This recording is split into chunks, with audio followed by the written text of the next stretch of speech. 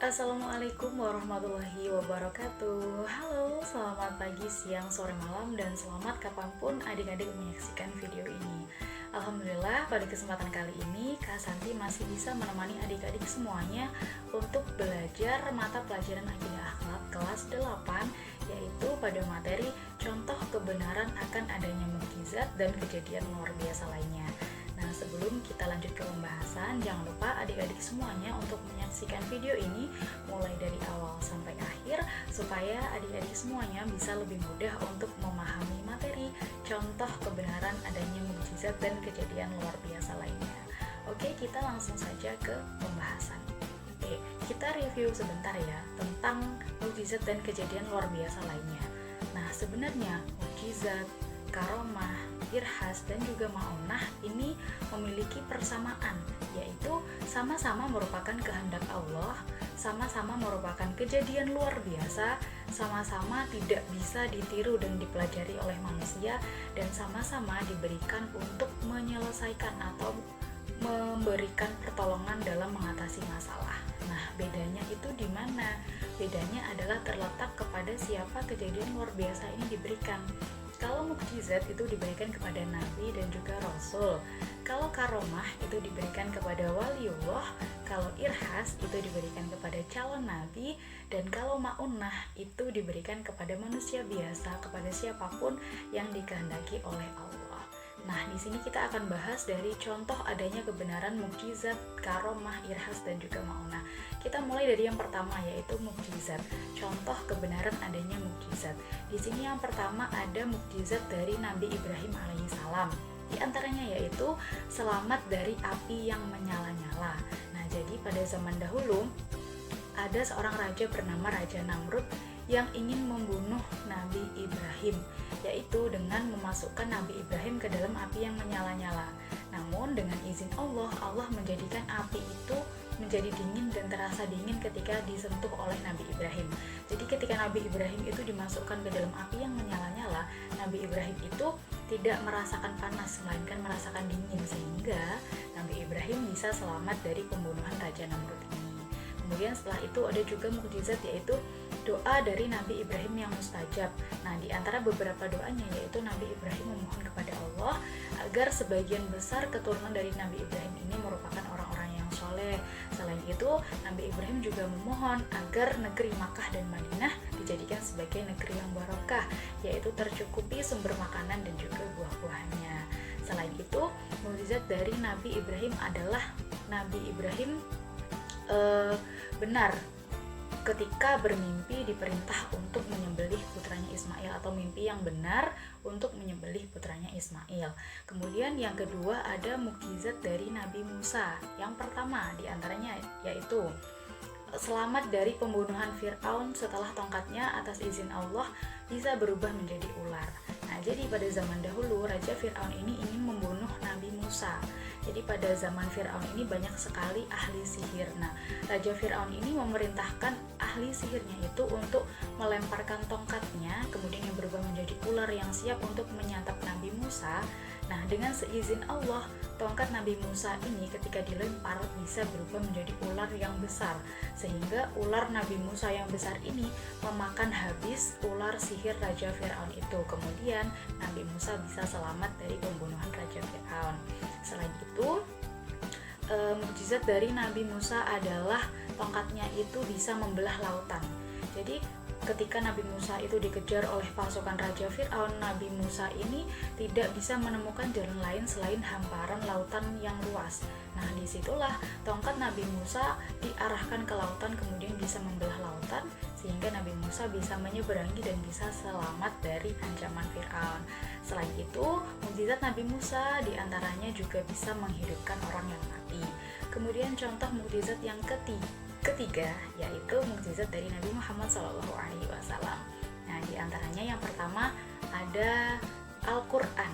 Nah, Al-Quran ini merupakan mukjizat yang luar biasa, di mana tidak ada seorang pun yang bisa menandingi kehebatan dari Al-Quran ini. Mulai dari isinya, kemudian keindahan sastranya, kandungannya, semuanya tidak ada yang bisa menandingi Al-Quran. Dan Al-Quran ini tidak mengalami perubahan atau tetap terjaga dari zaman diturunkannya Al-Quran hingga hingga akhir nanti, atau Al-Quran ini tetap terjaga sepanjang masa. Nah, selain itu mukjizat dari Nabi Muhammad juga adanya Isra Mi'raj. Nah, Isra Mi'raj ini merupakan mukjizat dari Nabi Muhammad, di mana Isra ini merupakan perjalanan Nabi Muhammad dari Masjidil Haram ke Masjidil Aqsa, dan Mi'raj dari Masjidil Aqsa ke Sidratul Muntaha itu bisa ditempuh oleh Nabi Muhammad hanya dalam waktu 1 malam. Nah, kejadian ini kan merupakan kejadian yang ketika difikirkan oleh logika manusia tidak mungkin, namun mungkin terjadi. Nah, inilah yang dinamakan mukjizat. Selain itu, Nabi Muhammad juga bisa membelah bulan dan bisa mengeluarkan air dari jari-jarinya yang bisa diminum oleh banyak orang. Nah, selanjutnya kita akan membahas contoh kebenaran dari adanya karomah. Nah, karomah ini kan dianugerahkan kepada para wali atau wali-wali Allah. Yang pertama ada Sunan Gresik atau Syekh Maulana Malik Ibrahim. Nah, di antara beberapa karomahnya, yang pertama adalah dipercaya ampuh dalam memohon turunnya hujan kepada Allah melalui sholat istisqa meskipun sedang dalam keadaan kemarau. Kemudian selanjutnya ada juga dapat mengubah beras menjadi pasir untuk mengingatkan saudagar kaya yang memiliki sifat sombong. Selain itu juga doa-doanya yang mujarab untuk mengatasi masalah masyarakat dan juga untuk menyembuhkan penyakit masyarakat. Nah, yang kedua yaitu Sunan Ampel atau Raden Rahmat. Nah, karomah dari Sunan Ampel ini adalah Sunan Ampel mampu berjalan di atas air. Nah, selanjutnya kita akan bahas contoh kebenaran dari adanya irhas. Nah, irhas ini diberikan kepada siapa tadi? Iya, betul, diberikan kepada calon nabi. Nah, di sini ada beberapa contoh. Yang pertama yaitu peristiwa saat Nabi Muhammad masih kanak-kanak dibelah dadanya oleh malaikat. Nah, jadi pada masa Nabi Muhammad ini masih kanak-kanak, ketika sedang bermain bersama teman-temannya, datanglah seorang malaikat. Nah, malaikat ini adalah malaikat Jibril yang membelah dada Nabi Muhammad, kemudian mengeluarkan hati dari Nabi Muhammad ini, kemudian diletakkan di dalam bejana emas yang tak lama kemudian dibersihkan atau disiram dengan air zam-zam, kemudian setelah itu dikembalikan lagi ke tubuh Nabi Muhammad. Nah, itu merupakan irhas dari Nabi Muhammad. Kemudian yang kedua yaitu bayi Isa yang dapat berbicara.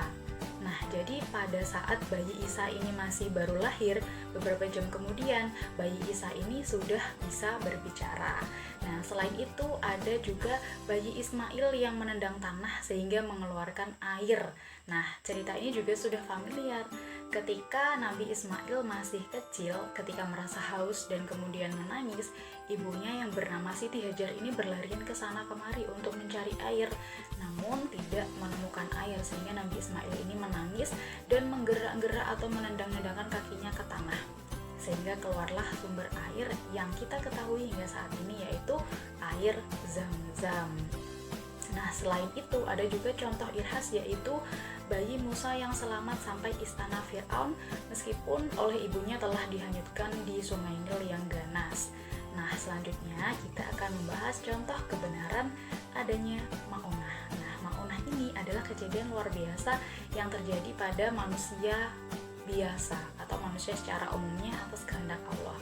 Contohnya adalah seorang nenek yang selamat ketika terkurung di dalam rumah yang terbakar. Nah, selain itu ada juga seorang anak kecil yang selamat dari lindasan ban mobil ketika terjadi kecelakaan. Nah, selain itu ada juga seorang perempuan yang selamat dari banjir bandang meskipun seorang perempuan ini tidak bisa berenang.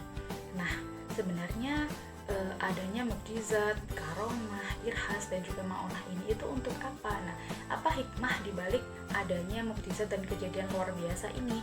Yang pertama yaitu melemahkan dan mengalahkan orang yang menentang dakwah untuk mendakwahkan agama Allah.